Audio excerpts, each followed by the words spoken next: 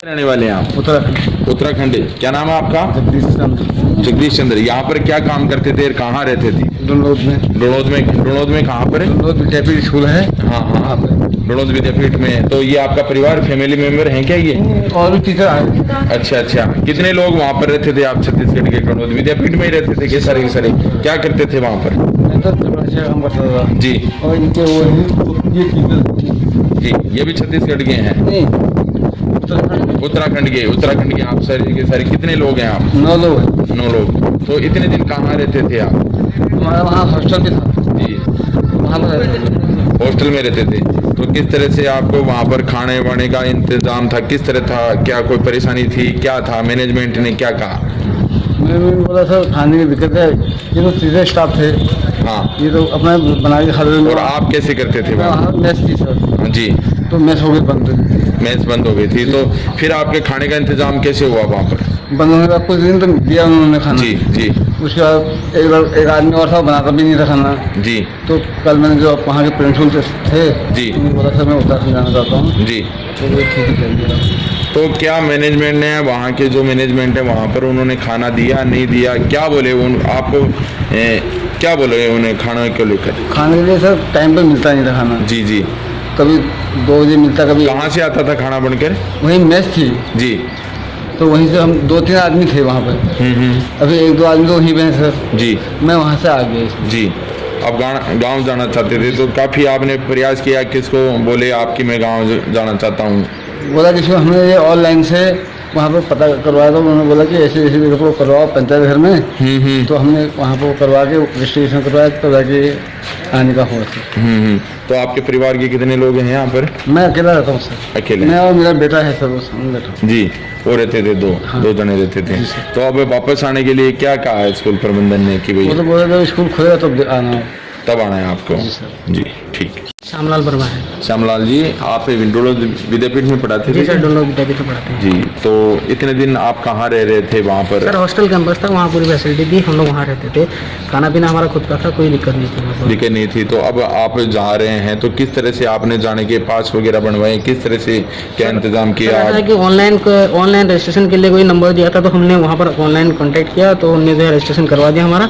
और यहाँ से तहसील से कॉल आई थी हमको कि आज आपका रजिस्ट्रेशन हो गया, और क्या कहते हैं, जयपुर से ट्रेन लगेगी, यहाँ से बस के द्वारा भेजा जाएगा। जी। तो कितने लोग थे आप? हम लोग सर 9-10 लोग हैं। जी। सभी लोग उत्तराखंड के हैं? हाँ सर, सभी लोग। तो सभी लोग एक साथ में आप जा रहे हैं। आपके टीचिंग स्टाफ कितने हैं साथ में आपके? टीचिंग स्टाफ सर 2 हम टीचर हैं, बाकी हमारी फैमिलीज जी। हैं, और एक 4th क्लास में है, उसकी फैमिली। जी। तो अब जैसे आप जा रहे हैं, तो किस तरह से, क्या अब मैनेजमेंट से आपकी बात हुई है? सर मैनेजर से कोई बात नहीं हुई, यदि स्कूल खुलेगा हम वापस आएंगे सर। जी ओके। आपने ये पूरा मैनेज किया? ये राज्य सरकार के आदेश है कि जो भी प्रवासी हैं और अपने घर जाना चाहते हैं उन्हें घर पहुँचाने की व्यवस्था की जाए। इसी के लिए उत्तराखंड के लिए आज जयपुर से ट्रेन रवाना होगी, और श्रीमान जिला कलेक्टर महोदय ने जिले में जितने भी उत्तराखंड निवासी थे उनके लिए बस की व्यवस्था की है। तो इसी क्रम में अपने नवलगढ़ से कुल 13 लोग हैं जो अपने घर जा रहे हैं। तो एक ये खुशी अपने घर जाएं, अच्छी यादें लेके जाएं, इसलिए हमने इनके लिए खाने की, पानी की और मास्क, सैनिटाइजर ये सारी व्यवस्था की। बच्चों के लिए बिस्किट चॉकलेट व्यवस्था की, और इसीलिए हमने तय किया कि इन्हें माला पहनाकर खूब खुशी विदा किया जाए, ताकि अच्छी यादें लेके जाए, और जो भी लॉकडाउन में परेशानी है उसे ये बताए। नहीं, मैं देख रहे हैं, आप भी मीडिया में देख रहे हैं कि काफ़ी मजदूर वर्ग भी परेशान है, तो उनके लिए आप, क्योंकि नवलगढ़ से अच्छी तस्वीर निकली है, काफ़ी खुशी, मैंने आपसे आने से पहले इन लोगों से बात भी की थी, तो काफ़ी अच्छा महसूस भी कर रहे थे। तो आप जो मजदूर वर्ग हैं या अन्य लोग जो दूसरे स्टेट के फंसे हुए हैं, तो उनके लिए क्या मैसेज देना चाहेंगे? बिल्कुल, मैं आपको बताना चाहूँगा कि अभी यहाँ बस स्टैंड बनाने के बाद में ही हमें भी एक आदेश मिला है श्रीमान जिला कलेक्टर महोदय द्वारा कि नवलगढ़ क्षेत्र के जो 35 लोग थे, जिन 8 बच्चे भी उनके साथ में हैं, वो मध्य प्रदेश में भिंड जिले के रहने वाले हैं, वहाँ जाना चाहते थे। इसके लिए हमने प्रयास किया, उन्होंने अपने स्तर पे व्यवस्था की है, खर्चे की व्यवस्था उन्होंने की, बस किराए पे ली, उनको भी आज अनुमति मिल गई है, वो भी अभी थोड़ी देर में यहाँ से रवाना हो जाएंगे। और अब हमने एक ये संकल्प लिया है कि जो भी प्रवासी है जो अपने घर जाना चाहते हैं, जो सक्षम है वो तो अपनी गाड़ियों से जा रहे हैं, उनके लिए परमिशन की कोई दिक्कत नहीं है। सरकार ने SDM को भी अधिकृत कर दिया है, तो परमिशन भी हम जारी करेंगे।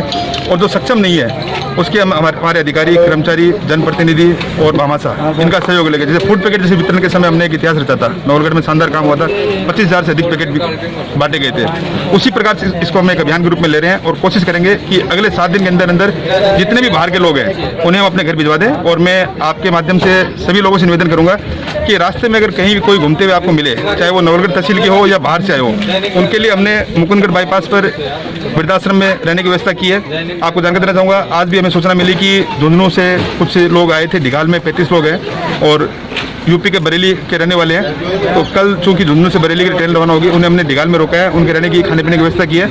कल उनको हम विदा करेंगे।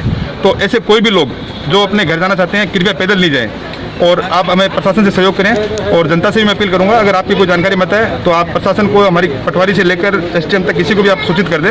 उनके रहने की, खाने की हमने व्यवस्था कर रखी है और हम प्रशासन की तरफ से और जनप्रतिनिधि महोदय, हमारे जो भी भामाशाह है, उनका सहयोग लेके उनके लिए गाड़ियों की व्यवस्था भी हम कर देंगे।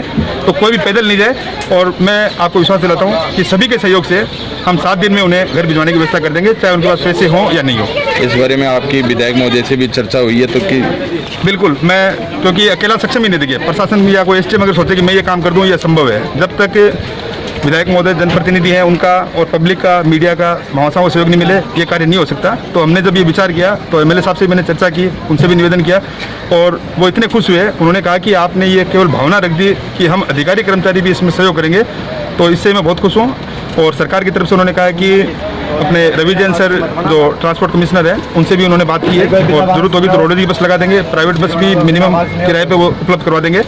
तो और अब आज एक शुरुआत हो गई है, अब इसी काम में हम लग रहे हैं। हम पटवारियों से, हमारी जो टीम है, पुलिस अधिकारियों से मैंने बात की, सीआईएसएफ से मेरी बात हुई है, बीट कांस्टेबल वगैरह भी इस काम में लगे हैं। जो भी लोग बाहर के हैं वो अपने घर जाना चाहते हैं, उनकी सूची हम तैयार कर रहे हैं, ई मित्र रजिस्ट्रेशन करवा रहे हैं और मैं उम्मीद करता हूँ 7 दिन में इन सबको हम अपने घर पहुँचा देंगे।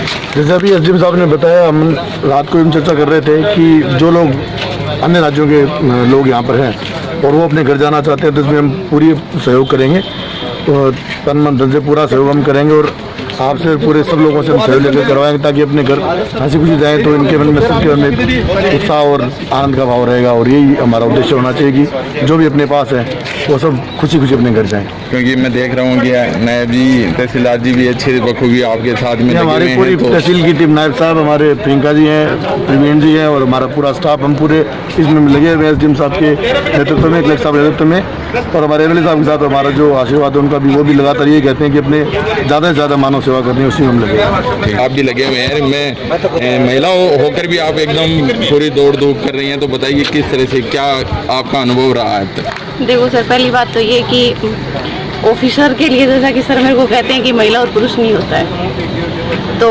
मेरे को एज ए पहली मेरी ये पोस्टिंग है और पहली पोस्टिंग में ये कोरोना जैसी महामारी अपने को सिचुएशन को फेस करना पड़ रहा है और सर के साथ मेरा काफ़ी अच्छा अनुभव यहाँ पे रहा है नवलगढ़ में। तो ये लोगों में एक ऑफिसर होने के नाते मैं लोगों को यही कहना चाहूँगी सर कि आप मजबूत रहें, डटे रहें और कोरोना जैसी एक महामारी से लड़ने में प्रशासन का सहयोग करें।